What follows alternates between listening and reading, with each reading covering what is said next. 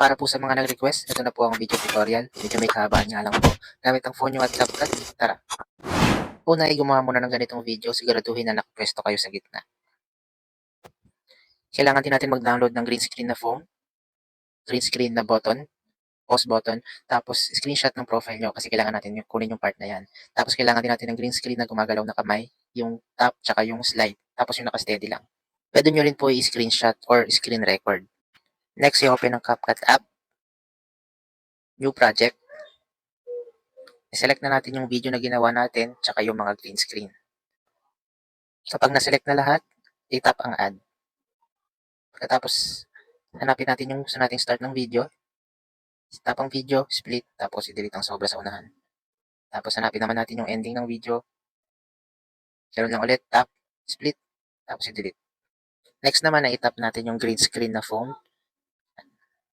Hanapin natin yung overlay para bumaba. Tapos i-drag natin siya papunta sa unahan. Tapos i-tap lang ulit, tapos i-stretch natin yung video. Yan. Tapos pabain natin kapantay nung main track natin, yung main video natin. Ayan. Tapos i-tap lang ulit, hanapin yung cutout o sa iba remove BG, tapos chroma key, itap yung bilog, itapat nyo sa green, tapos intensity, i-drag nyo lang hanggang sa mawala yung kulay green. Ayan, wala na yung green, tapos shadow, ayan, para maging solid yung mga gilid niya.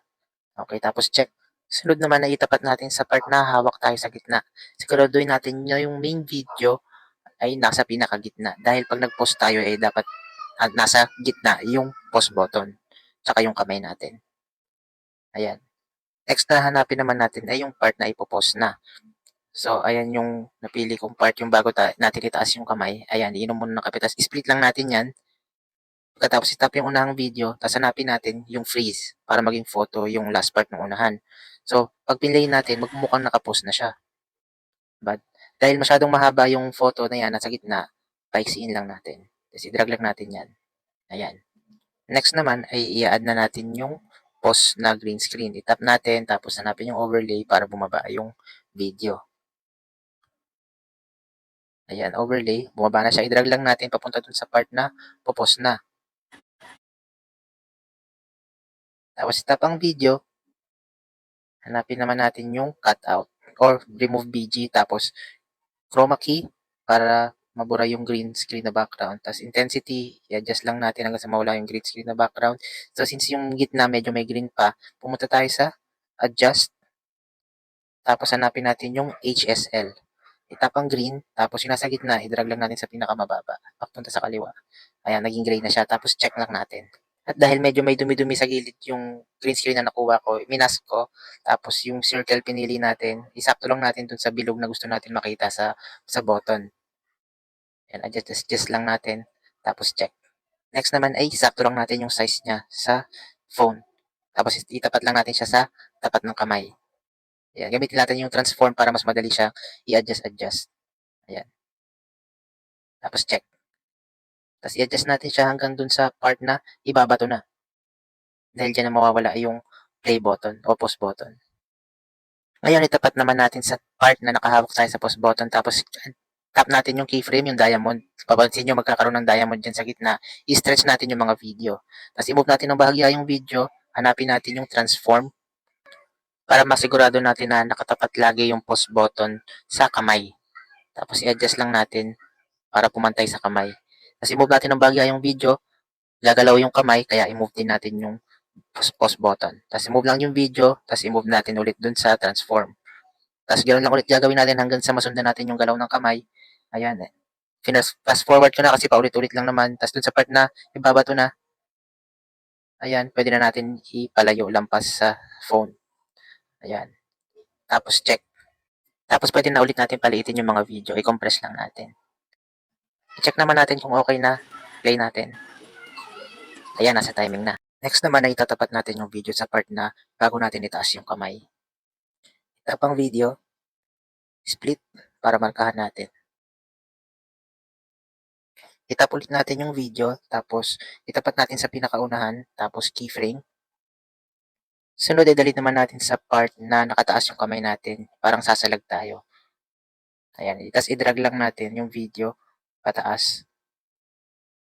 ididikit natin sa pinakadulo sa top ng phone. Tapos gamitan naman natin ng transform. Kada movement ng video ay move din natin dun sa may transform para siguraduhin na nakadikit lagi yung kamay natin sa pinakadulo. Ayan. Tapos move ang video, move yung transform, move ang video, move ang transform. Ganun-ganun lang. So hanggang sa part na nakataas na yung kamay natin, doon naman natin ibababa yung video sa pabalik sa original na pwesto niya. Tapos check. Pagkatapos ay i-compress na ulit natin yung mga video tapos check na natin kung timing na ba. Ayan, nasa timing na. Next naman ay kukunin natin yung screenshot na kinuha natin sa profile natin. Tapos i-overlay lang, i-drag natin papunta sa kapantay lang nung ginawa nating split. Tapos itap ang video, hanapin ang edit. Tapos crop. Para i-cut lang natin yung part na kailangan natin. Doon lang sa may pinakataas niya yung mga reacts. Tapos sa pinakababa, yan, kahit ano lang. Ayan. Pwede na yan. Tapos check. Tapos drag natin pababa sa may hindi siya kita. Pero kadikit lang nung main video natin. At dahil wala siya sa loob ng phone, itap natin yung layer. Select natin yung 1 para pumasok siya sa loob ng phone. Tapos check. Ayan, nasa loob na siya. Sunod sa pinakaunahan ng photo natin, tap natin yung keyframe. Tapos ibaba natin yan sa kadikit lang ng main video natin. I-move natin ng konti yung video. Tapos i-stretch ulit natin yung mga video para mas madali natin malagyan ng keyframe. So, ganun ulit. Transform. Tapos, position. Tataas lang natin. Tandaan lang natin yung mark siguro kung isang dangkal mula sa paa, ganun. Yun lang yung gagawin nating mark. Tapos, ayan, ganyan. Tapos, i-move lang natin yung video. Move ng bahagya yung video. Konting galaw, tapos move ulit natin sa transform. Konting galaw ng video, move ulit sa transform. Ayan. Hanggang sa makuha lang natin yung timing. Ayan. Basta ganun-ganun lang, move yung video, transform, move yung video, transform. Fast forward ko na kasi paulit-ulit lang naman. Sundan lang natin hanggang makuha natin yung timing. And ganun lang hanggang sa pagbaba, ganun pa rin, back to position lang. Tapos i-check na natin kung timing na. Ayan, timing na. Sunod naman ay i-add na natin yung mga hand movements. Ang hanapin naman muna natin ay yung tap. Pag napili nyo na tap, split, i-delete yung unahan, tapos delete. Tapos pinaka last part ng tap, tapat dyan, split ulit, tapos i-drag natin para bumaba yung video, overlay, tapos i-drag natin siya papunta dun sa part na itatap na yung pause button. I-tap ang green screen na video, tapos hanapin natin yung cutout o sa iba ay remove PG, tapos chroma key, tapat natin sa kulay green, sunod intensity, tapos i-adjust natin hanggang sa mawala yung mga kulay green. Tapos check.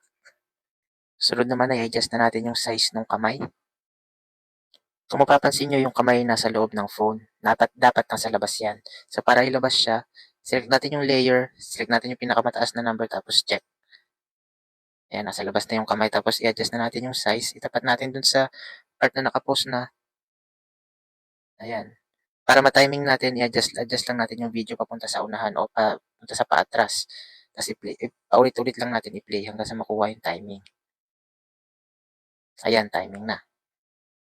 So, next naman yung kamay na slide. Ang meron lang tayo is slide right. Pero gagawin natin yung slide up. I-rotate lang natin mamaya. Yan, kunin natin yung part, overlay, tapos i-drag. Papunta dyan sa part na yan. Tapos ganoon lang din, i-tap yung video. Sunod ay i-rotate na natin yung video para magmukhang slide up. Ayan, i-adjust lang din natin yung size.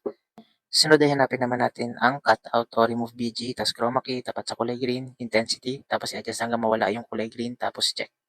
Tap natin yung back, tapos hanapin naman natin yung layer para papunta sa unahan yung kamay. In 3, tapos check. Tapos i-adjust lang natin yung size na gusto natin. Tapos para makuha yung timing, i-adjust lang natin yung video ng kamay sa baba. Pwede natin i-adjust papunta sa unahan o paatras. Dahil hindi timing, i-adjust natin papunta sa unahan. Tapos i-check lang natin ulit. Paandarin natin yung video. Ayan, nasa timing na. Sunod naman ay yung kamay na naka-steady lang. Ayan, in-overlay na agad natin siya, tapos nakababa na. Tapos itatapat na lang natin siya dun sa last part. Ayan, itap natin yung main video, paiksiin natin. Dapat yung phone na green screen lampas dun sa main video. Lampas siya sa kanya para pag mukhang nakapatay, nakablank lang. Yan. Tapos yung kamay, tap natin. I-adjust lang natin. Nandun lang siya sa pinakagilid. Sa may power button. Tapos, tap natin yung keyframe para magkaroon ng diamond. Tapos sa pinakaunahan ng green screen na kamay, i-drag natin siya pababa. Bago i-save, i-tap natin yung 720p. Tapos i-adjust natin yung code rate sa high, yung frame rate sa kahit isa lang. Tapos save. Ito na po ang resulta. Maraming salamat po. Please follow and share.